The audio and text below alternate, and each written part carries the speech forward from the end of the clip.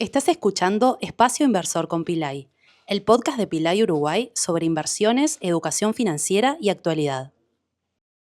Buenos días a Dale. todos. Bueno, estamos en otro nuevo episodio de este podcast y bueno, y esta vez está un amigo mío, Alejandro Sugolillo, con quien hemos hecho algunas cosas en Paraguay y me gustaría, Ale, que le cuentes a la audiencia quién sos vos. Bueno, Javi, un gusto compartir con la audiencia. Yo soy un empresario, un optimista, un soñador, un emprendedor. He hecho varios desarrollos, varias empresas en mi vida y pienso seguir haciéndolo porque me encanta, me entusiasma y me da vida. Soy un padre con una familia, con una esposa, dos hijos, quizás más en el futuro, pero por ahora eso. Y nada, me encanta crear, me encanta construir, me encanta desarrollar y me encanta aportar valor.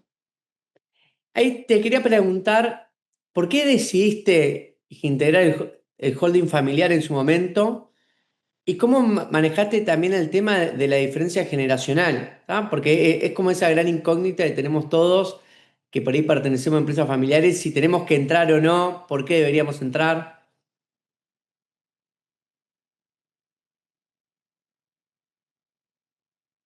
Claro. Bueno,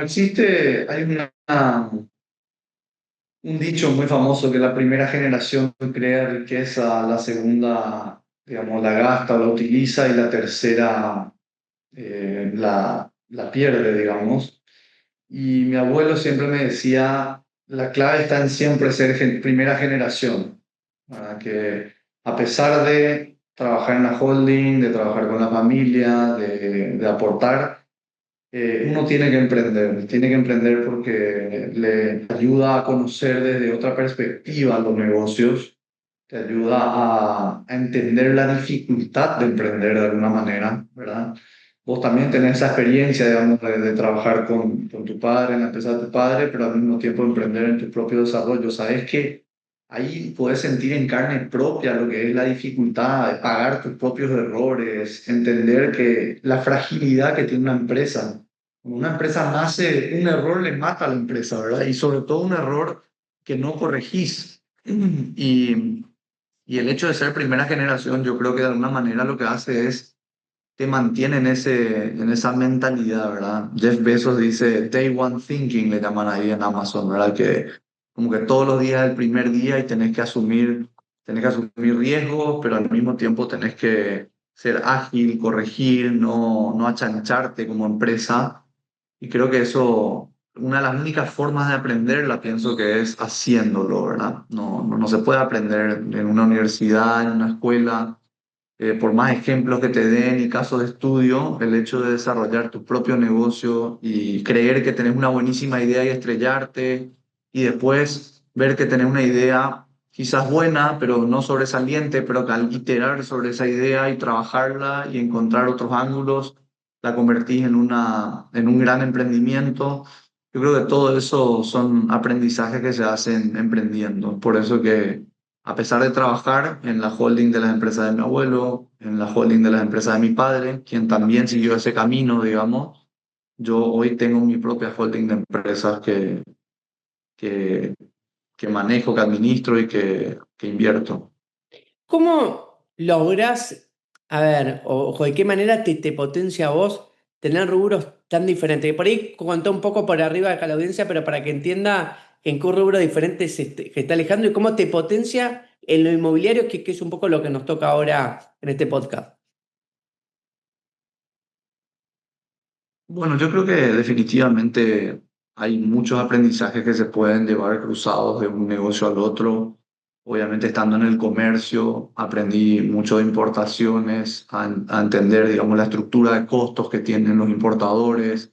Entonces, después, cuando te vas del lado del desarrollador, sabes cómo negociar con los proveedores de materiales, porque al final ellos son importadores de esos materiales. Entonces, entendés que su estructura de costos, por ejemplo, contempla márgenes distintos si es que van a importar el producto, almacenarlo, tenerlo en su inventario y venderte su inventario, que si vos le podés hacer unas compras casadas y darle una, digamos, una perspectiva de ingresos donde ellos pueden calzar y comprar, venderte SIF básicamente. Obviamente pueden venderte a un precio base menor, pero además el margen está estipulado sobre una base menor. Entonces, el precio final al que te vende es significativamente menor que si te vende calculando todos esos costos adicionales de almacenaje, de distribución, de impuestos y todo, ¿verdad? No sé, por ejemplo, trabajando en el sector fintech, eh, teniendo una red de pagos, ¿verdad? La red más grande de pagos en Paraguay, la cofundé con cofundadores hace 5 años aquí en Paraguay. Y eso me enseñó mucho de distribución, ¿verdad? De cómo llegar a los clientes, de cómo mercadear en redes sociales, de cómo hacer un pipeline más eficiente.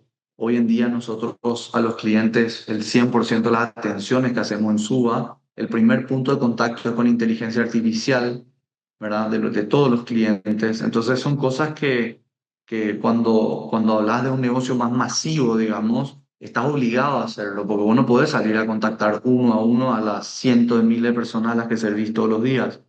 Entonces te obligas a crear embudos más eficientes, más digitales, más automatizados, y esos son aprendizajes que después los vas, digamos, cross-polinizando de alguna manera de un negocio al otro, ¿verdad? Y de la misma manera yo creo que hay muchos aprendizajes que también llevo del sector inmobiliario a otros negocios, pero creo que parte de poder emprender y desarrollar muchos negocios es saber desarrollar y saber identificar talento, ¿verdad? Sin el talento, sin el equipo, es imposible estar en 5 negocios, en 6 o más empresas. Entonces, creo que o sea, un libro que a mí me encanta es Multiplicadores, ¿verdad? Multiplicadores es un libro que habla mucho sobre cómo atraer las mejores personas, pero al mismo tiempo todas las personas en una organización pueden rendir en un abanico entre 60% de su potencial al 200% de su potencial. Y en gran medida está determinado de qué tanto le estimula y le genera potencialidad el liderazgo del equipo y la cultura de la organización. Entonces creo que esos son puntos donde aprendemos, digamos, de los sabios, ¿verdad? No en vano decía Henry Ford, eh, es mejor que una persona la formes en tu empresa y se vaya antes que no la formes y se quede, ¿verdad? Y un poco esa es la mentalidad a la que llevamos a los distintos negocios y que nos permite poder estar en distintas industrias con éxito. ¿Cómo, Ale, llevas el tema de siendo una persona joven, liderar por ahí con personas que más grandes? ¿Cómo has logrado vos esa parte del respeto o que te escuchen tanto por ahí en la parte del holding familiar, pero uno mismo, a ver, que yo lo he vivido, que por ahí arranqué como gerente general con 26 años y me encontraba que cuando quería dar una orden a alguien de 50 me decían, pero ¿qué sucede? ¿Tá? ¿Cómo has manejado vos ese tema? Yo te diría que uno primero se va haciendo su propio nombre, ¿verdad? Va construyendo su propio nombre y en gran medida todo parte del ejemplo, ¿verdad? Si vos, eh, si vos sos una persona que no se esfuerza y su equipo lo ve, es muy difícil que le puedas dar una charla del valor del esfuerzo y convencerles que ellos tienen que quedarse hasta las 10 de la noche para cerrar un balance o que el 31 del mes que cerramos las ventas es más importante quedarse hasta las 8 de la noche y llegar al objetivo antes que irse a la casa y bueno, y lamentablemente no llegamos. Eso yo creo que se contagia más que se comunica, ¿verdad? Obviamente el rol de un líder es también comunicar muchas de estas cosas. A mí me gusta dar unas charlas con los equipos de algunas cosas que fui aprendiendo en el tiempo y aprendizajes que considero valiosos a nivel personal también, no solamente a nivel empresarial, porque creo que no podemos desconocer que si la persona está mal a nivel personal, le va a terminar contagiando en la empresa. Y por eso buscamos, digamos, conversar con el equipo a menudo y tener charlas abiertas. Pero definitivamente siendo joven, bueno, ex joven, ya yo digo 34 años y ya empiezo a ser más del promedio de edad del resto. Pero sí, definitivamente creo que al principio era un desafío. De chico, yo asumí la gerencia comercial de una de las empresas de mi padre y tenía 20 años, ¿verdad? Y ahí se me reían en la cara, pero al mismo tiempo veían que yo, digamos, me bajaba con las botas al barro, digamos, ¿verdad? Que recorría el interior, me iba a visitar clientes. Entonces, ahí te empezás a ganar un poco el cariño y el respeto. Y creo que todas las personas podemos apreciar cuando uno hace algo por sí, ¿verdad? Si vos como gerente general con 26 años te esforzás en ayudarle a tu gerente comercial a cumplir su objetivo, vos ayudándola a vender, vos cerrando algunas ventas, trayéndole clientes potenciales, te vas con tu gerente financiero, le acompañás a las reuniones con los bancos, le ayudas a cerrar mejores costos financieros, que al final le va a repercutir en una mejora en sus números. Yo creo que ahí las personas rápidamente empiezan a ganarte el respeto y a darte tu lugar y también a escucharte cuando puedes aportar, ¿verdad? Y creo que todo parte de la actitud con la que uno viene. Tenemos ejemplos, creo que nuestra generación es muy bendecida haber tenido ejemplos, no sé, los Zuckerbergs y demás, que con 30 años ya eran billonarios, ¿verdad? Obviamente, eh, si esa persona se iba en short y remera al banco, lo recibía el presidente del banco, ¿verdad? No es que lo iba a recibir el cajero porque saben el éxito que han tenido. Entonces, al final uno se hace su propio camino y su propio nombre. Ahí, Ale, uno ve que Suba tiene un éxito enorme que después nos contarás un poquito más ahí, pero sobre todo lo que me gustaría abordar es más la parte que tiene que ver el inicio y cómo decidiste hacer un emprendimiento familiar con tu esposa. ¿Ah? Porque, a ver, ¿y por qué viene esta pregunta? Yo hace, te diría, un año y medio, dos, sumamos como directora ejecutiva de la empresa acá de Pilay a mi esposa. Y era la primera vez en la historia de la compañía y de otra empresa que teníamos que una esposa entraba al directorio. Fue todo medio como no tiene un escándalo, pero como una sorpresa. Y yo una de las cosas que le planteaba en ese momento es decir, miren, si yo el día de mañana me pasa algo, quiero que mi mujer entienda todo. ¿Tá? Y esa fue un poco mi visión, irla incorporando a todo. Pero claro, uno cuando mira tu éxito con Suba y que tenías todas unas cosas, perfectamente lo podrías haberlo hecho solo. ¿Tá? ¿Y por qué decidiste hacerlo con ella y en qué cosas crees vos que se potencian? Bueno, yo te puedo decir que no estoy convencido de que hubiéramos logrado lo que logramos sin ella, definitivamente. Primero hay un complemento natural, te diría, del hombre y la mujer, donde el hombre de repente tiene un perfil un poco más agresivo, asume un poco más de riesgo, tiene un poco más de impronta, digamos, de crecimiento, y la mujer es un poco más ordenada, en general. Puede que hayan parejas en lo que sea al revés los roles, pero en general siempre hay, digamos, una persona que tiene como una característica distintiva a la otra. Y en este caso es así, ¿verdad? Definitivamente ella tiene como mucho más una posición de evaluar los riesgos, de ordenar la casa, digamos, de siempre dar pasos a un ritmo al que son logrables. Yo quizás quiero dar pasos encima de lo lograble y ese equilibrio te da un paso alto lograble, ¿verdad? Entonces, cuando empezamos Suba, nosotros básicamente volvimos a vivir a Paraguay, de haber vivido en Estados Unidos, y viviendo en San Francisco estuvimos en la ciudad más cara por metro cuadrado de Estados Unidos, donde era habitual alquilar un apartamento y nosotros alquilábamos un monoambiente en $2.500 al mes.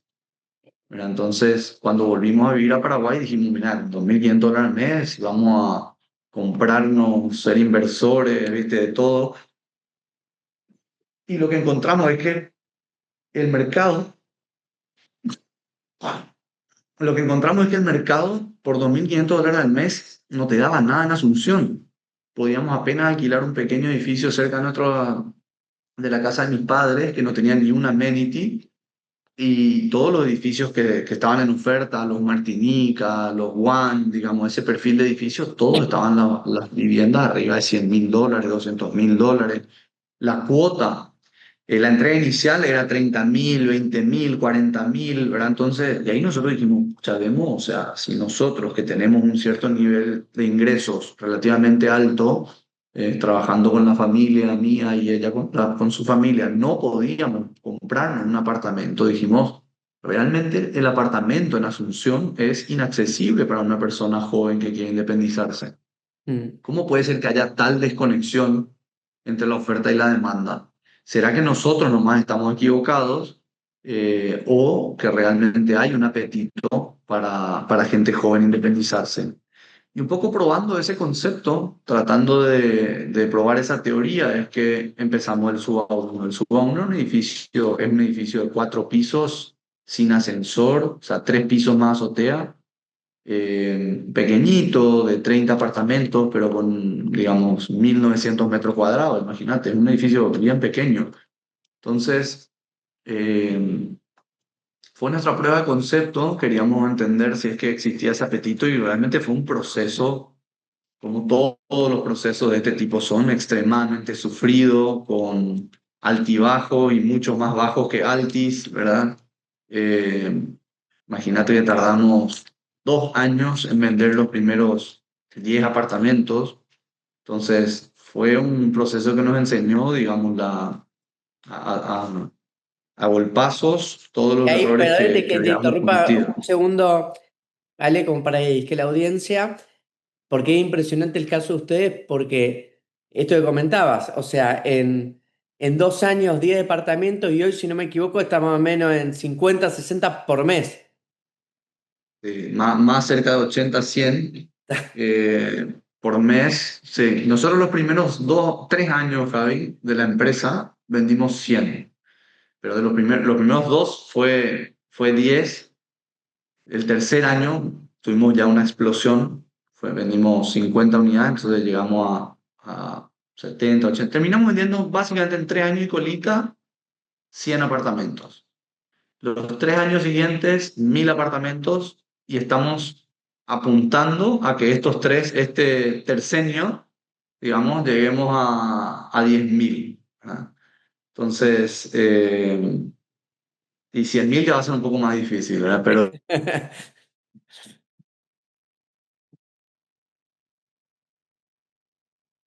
el equipo y además innovando en el mercado como contigo, hicimos un edificio Suba bien, estamos con miras de hacer otros.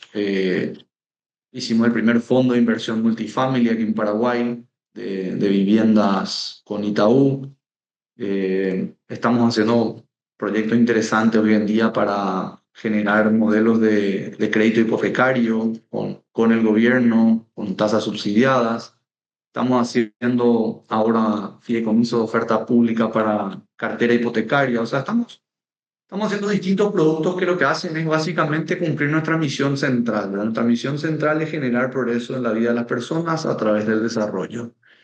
Y eso se da de distintas maneras, ¿verdad? De casas, de apartamentos, de comunidades, de servicios que vamos vinculando a todas estas viviendas, programas de beneficios y una serie de cosas, de acciones que estamos tomando, pero siempre con el mismo norte de entregar valor. Para nosotros es muy importante construir valor, no nos vemos en un caso en el cual podamos venderle a un cliente un apartamento y que después se devalúe o que después tenga problemas, no puede alquilar, no puede vender, porque hay veces que sucede eso y yo entiendo por qué sucede de repente en muchas empresas por decisiones económicas, por situaciones de caja.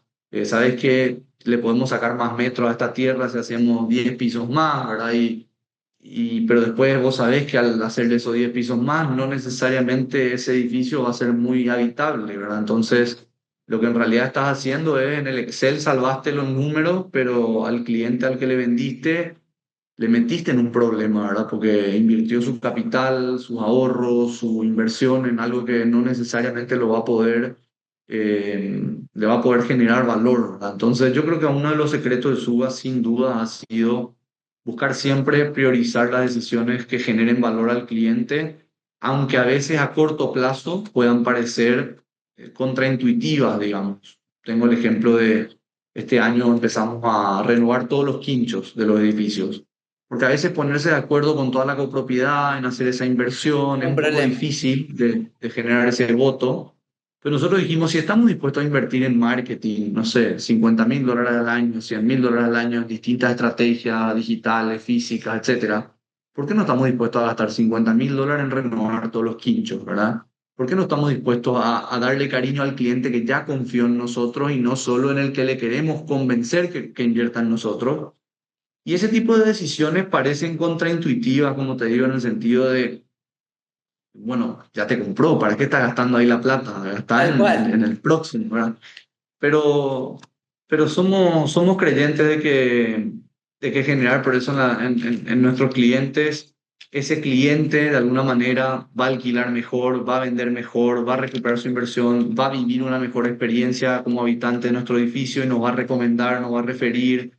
Entonces, buscamos, digamos, el ganar-ganar con nuestros clientes y eso es un poco la fórmula que nos está llevando adelante, ¿verdad? Ale, volviendo un poco antes que nazca Suba, vos estando en diferentes rubros, ¿por qué viste atractivo meterte en lo inmobiliario? Es que entiendo este ejemplo que das de San Francisco, pero ¿por qué dijiste, che, está bueno meterme acá?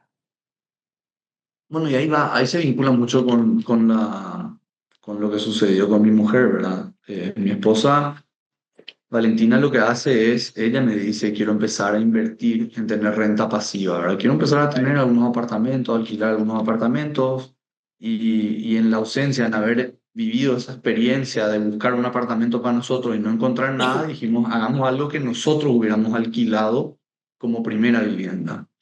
Entonces, nuestra primera idea y nuestra primera intención era realmente comprar un paquete de apartamentos y no invertir, no desarrollar nuestros propios edificios, porque no teníamos el tiempo, el foco. Y entonces empezamos buscando primero apartamentos, encontramos algunas empresas que tenían alguna semejanza de lo que estábamos buscando, pero había muy pocas opciones en el mercado. Y a esos jugadores nos acercamos y le hicimos una propuesta. Mira, te quiero comprar 10 apartamentos con esta forma de pago y bueno, ir comprándolo para después rentarlos y generar. Y ahí nos dimos cuenta de que no había un servicio 360. Te decían, bueno, te vendo, pero ¿y se alquila? Y viste, vos tenés que hablar con RIMAX, yo te voy a pasar el teléfono de alguien que alquila. Y eso ya era obviamente un problema para nosotros, porque no íbamos a estar totalmente, digamos, enfocados en eso. Después, el property management lo hacían terceros, era como que estaba muy desarticulado la gestión de esa inversión. Y nosotros ahí, digamos, dijimos, mezclando, digamos, la experiencia de haber vivido afuera en unas ciertas tipologías de productos que no existían aquí en Paraguay, sobre todo monoambiente, estudios, departamentos más compactos, con buenos amenities, eh, no encontrando un producto que nos dé ese servicio 360 en el mercado. Entonces, fueron como varios vacíos que encontramos y dijimos, bueno, vamos a hacer nuestra prueba de nuestro formato. Y realmente, dentro de eso, el trabajo, la carga más directa, laboral, nosotros por los primeros 3 años teníamos 0 empleados en la nómina, ¿verdad? Era mi esposa y yo, que yo vendía, ella hacía los contratos, recibía a los clientes, eh, alquilamos nosotros los apartamentos, entonces era, digamos, fue un trabajo que nos permitió también conocer muy de fondo todo lo que implica un desarrollo tanto desde la punta, de conseguir la tierra, desarrollarla, armar los proyectos, involucrarnos en generar la optimización de los ambientes, en construir, licitar las construcciones, o sea, los materiales. El primer edificio que nosotros hicimos, importamos todas las puertas y pisos de China. Y eso también fue una experiencia compleja, ¿verdad? Imagínate tener un depósito con eso, aparte para un edificio pequeño, donde lo que ahorraste apenas compensa el alquiler del galpón, ¿verdad? Entonces, muchos aprendizajes por el camino, ¿verdad?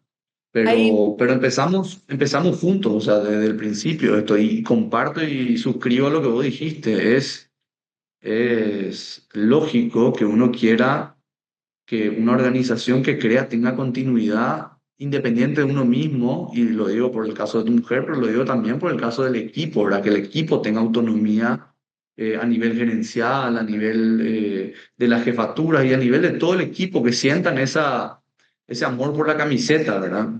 No, la selección nacional de Uruguay, no importa si sale Tabaré o si sale Luis Suárez, igual va a seguir la selección y van a seguir formando jugadores nuevos y con el orgullo del país, ¿verdad? Y lo mismo es lo que tenemos que generar nosotros como organización. Sí, yo asumo que, a ver, ahí esto de nivel familiar, para mí tiene algo hermoso de que sí, podés compartir más cosas también con tu mujer, que por ahí te acompañe, que te pueda entender por qué estás preocupado, ¿viste? Es mucho más fácil y también poder compartir el día de mañana con tus hijos, poderle transmitir la unión familiar y la importancia que tiene eso. Ahí me quiero ir a otro punto que para mí es un caso bastante único en la región, que es el tuyo con una desarrolladora con una calificación de riesgo de grado inversor. Yo la verdad en Uruguay no hay de eso, no sé si en Argentina. ¿Por qué es que lo hicieron y qué es lo que ves? Porque también uno diría, esta frase que dijiste vos, es antiintuitivo, o sea, tenerla. Sí. La calificación de riesgo tiene varias aristas, ¿verdad? Nosotros hace 2 años, de hecho hace 3 años, empezamos a ver que el mercado inmobiliario se iba a empezar a separar en distintos tipos de jugadores, ¿verdad? Sabemos los jugadores que hoy en día ya no están en el mercado, que en su momento quizás hacían mucho ruido, mucho marketing, mucha exposición mediática, y sabíamos que no tenían un sustento detrás, ¿verdad? Que estaban mal concebidos, no tenían, los números no eran reales, no iban a poder entregar todos los compromisos que estaban asumiendo. Y la realidad es que en Paraguay hoy en día no existe una superintendencia del mercado inmobiliario. Vos conocés muy bien el caso de que de hecho hasta los fideicomisos tienen un nivel de supervisión muy bajo acá ¿Mm? del regulador, ¿verdad? Entonces, nosotros por un lado fue una estrategia defensiva, ¿verdad? Dijimos, cuando empiecen a caer algunos de estos jugadores que sabemos que no tienen sustento su modelo de negocio, su sostenibilidad, su modelo de negocio, lo que va a suceder es que intuitivamente van a pensar, ah, bueno, el próximo en caer va a ser el siguiente grande que vemos que es muy relevante en el mercado, ¿verdad?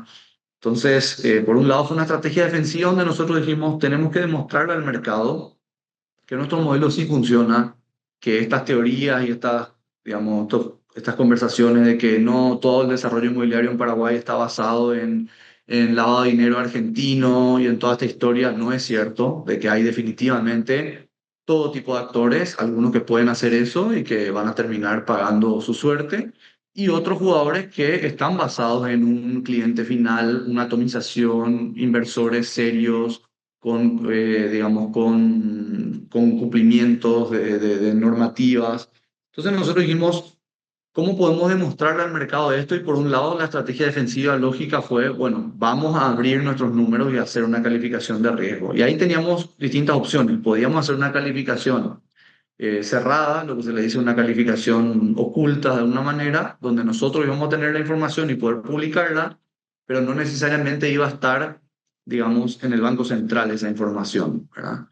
Y después, por otro lado, también consideramos que Paraguay está viviendo un proceso, desde que Paraguay mismo el año pasado llega a grado de inversión con Moody's, todavía le faltan Fitch y S&P, pero al mismo tiempo el país entero está migrando a ser digamos, una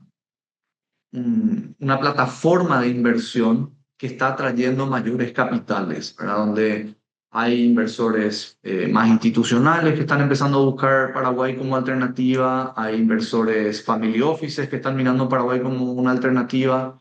Entonces nosotros dijimos, nosotros cómo podemos demostrar, más allá de nuestro éxito comercial y lo que hemos hecho, que somos un partner confiable para estos jugadores, ¿verdad? Como el caso de Viva Bien, como el caso de Partners Itaú, con el que estamos haciendo el fondo, ¿verdad? Entonces, lo que nos iba a dar le iba a dar esa garantía o esa prueba al mercado, ya a nivel, digamos, ya no defensivo en este caso, sino más ofensivo o de captar clientes nuevos y más potencial de mercado, era hagamos la calificación de riesgo con las miras de que cuando alguien busque un partner en Paraguay, diga, bueno, yo con el que quiero trabajar es con el que tiene estas credenciales. Entonces, eso, digamos, lo hicimos el año antepasado, empezamos el proceso, el año pasado culminamos ya la calificación, nuestra primera calificación nos dio, como dijiste, grado de inversión, a menos con Fitch, que realmente es una calificación que en Paraguay prácticamente solo los bancos tienen. Es muy Eh, buena. es muy buena y habla mucho también de la capacidad del equipo, de nuestra cartera de cobranzas. Nosotros tenemos menos de 1% de morosidad en nuestras cuentas a cobrar, con más de 1.000 clientes activos pagando mensualmente. Entonces, habla mucho, digamos, de la resiliencia del negocio y se nos están abriendo puertas gracias a eso, ¿verdad? Definitivamente. O sea, ¿qué sacrificamos? Y sacrificamos lo que en realidad nosotros nunca luego íbamos a hacer, ¿verdad? Nosotros no podemos hacer cosas que quizá otras inmobiliarias que están en esos temas puedan, no sé, meter maletines de plata, inversores ocultos, políticos que están, digamos, lavando su plata o lo que sea. Nosotros no tenemos ninguna intención de hacerlo, así que no perdimos nada realmente. Lo que hicimos es publicar nuestros números y de hecho hasta nos está abriendo un mercado a nivel del mercado de capitales, ¿verdad? Donde pudimos hacer, como hablamos, el primer fondo. Este año hicimos una emisión para compra de tierras, hicimos una emisión de 5 millones de dólares con Itaú también. Estamos ahora armando un paquete de securitizaciones de créditos hipotecarios para que los créditos hipotecarios que Suba está brindando puedan salir al mercado como un producto ofertado en el mercado de capitales.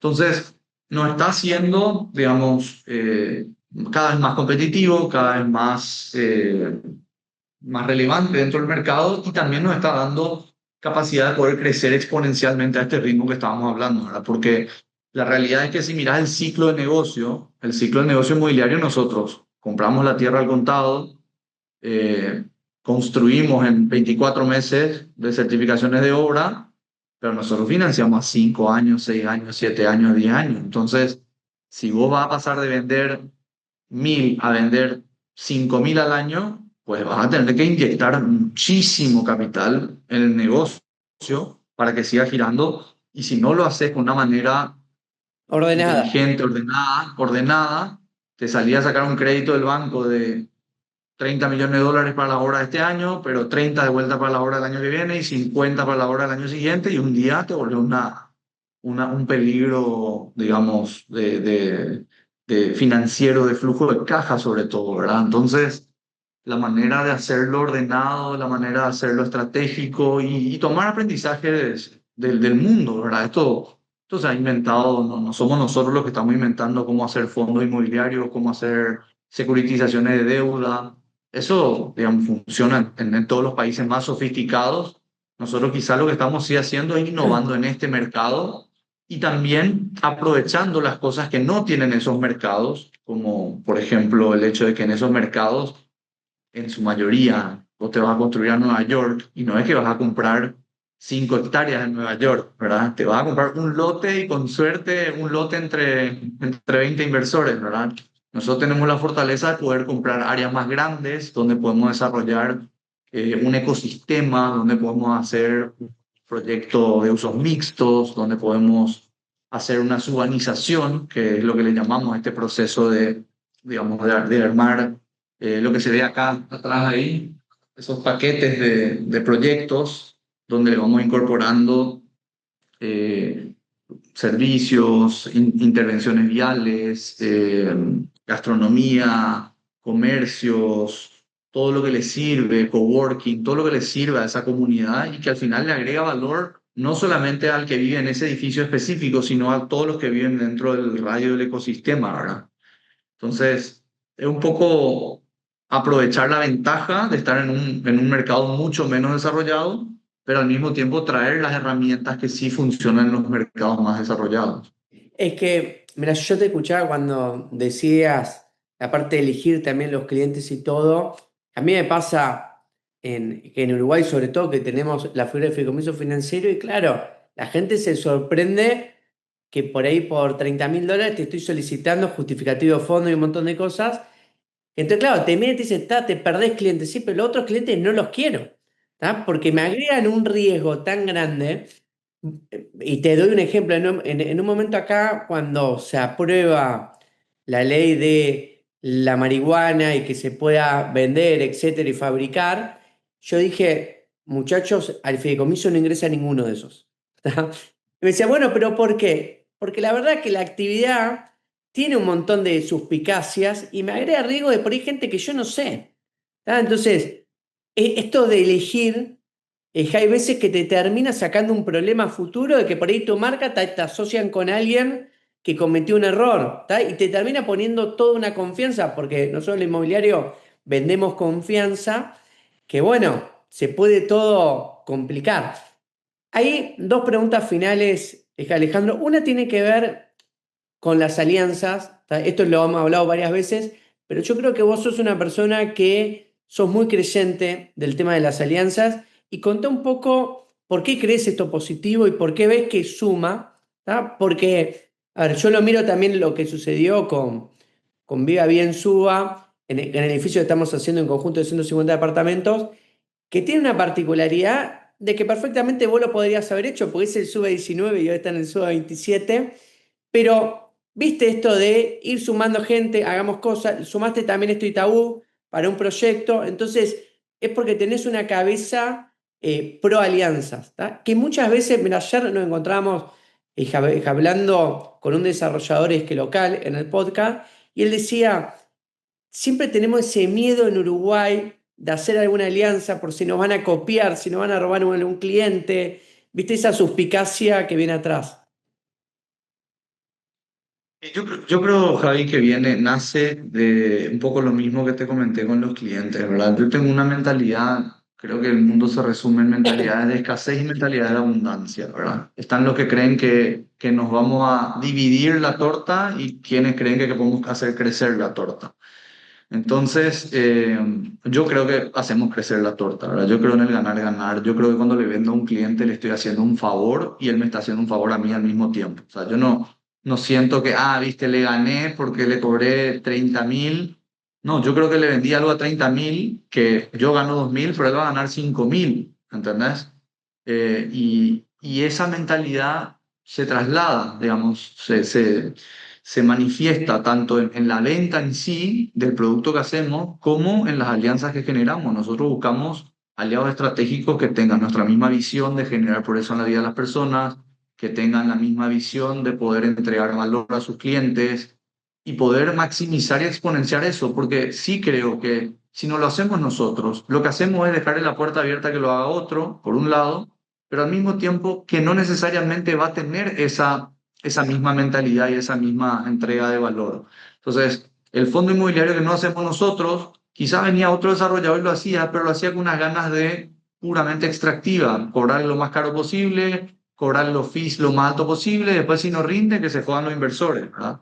La misma cosa con Viva Bien Suba, ¿verdad? Si nosotros no hacíamos esto, quizás vos hacías con otro developer, pero el otro developer lo único que le interesaba era venderte a vos las unidades y, bueno, me gané mi margen acá y a mí no me interesa si después el edificio está bien, está mal, si se entrega a tiempo o lo que sea. Entonces, yo creo que a medida que uno va generando estas alianzas y va pudiendo crecer en escala, va desbloqueando distintos niveles de capacidad.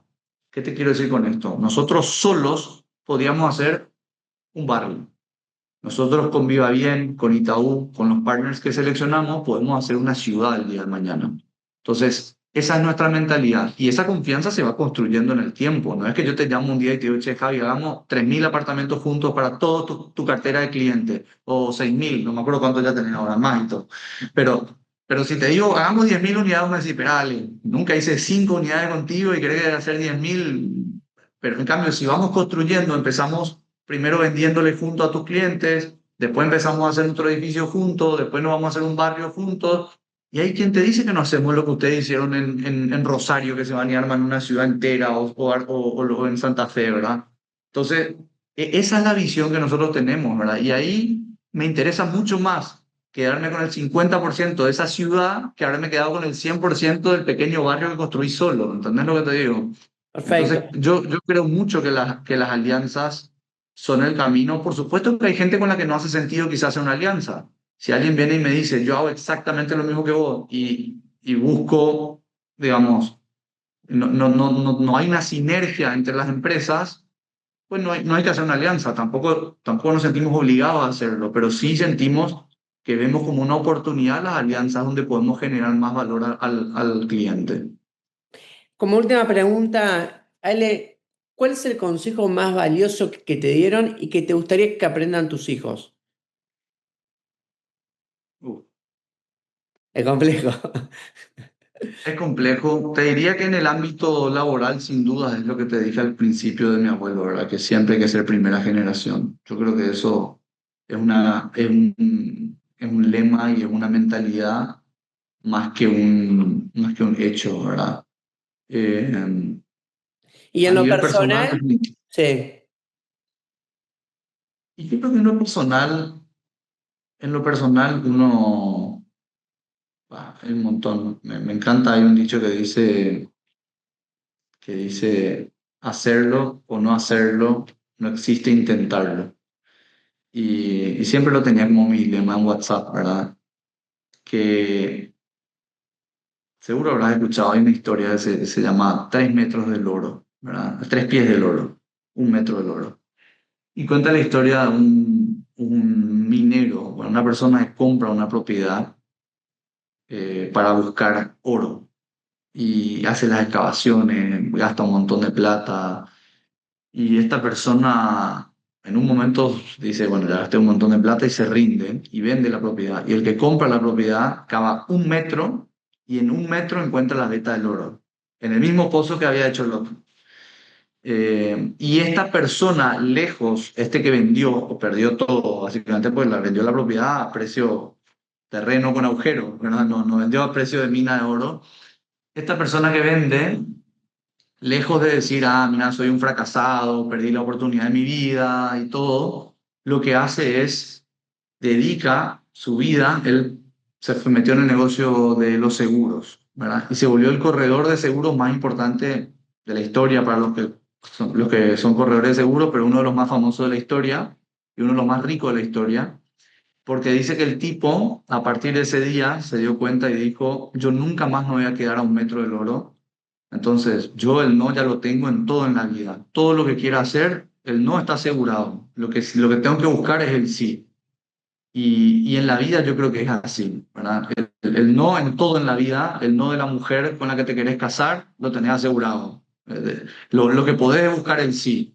El no de formar una familia lo tenés asegurado. Lo que podés buscar el sí. El no de ser el mejor alumno, de ser el mejor deportista, de lo que vos quieras y vos te plantees en la vida, el no está ahí de entrada, ¿verdad?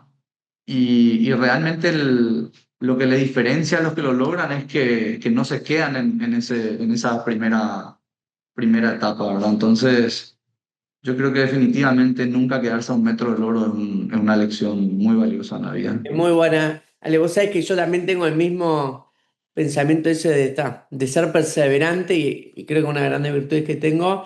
Y por ahí para dar a la audiencia como un consejo también que tengo y lo tengo también en el celular en varios lados, disfrutar es que la vida, pero las pequeñas cosas.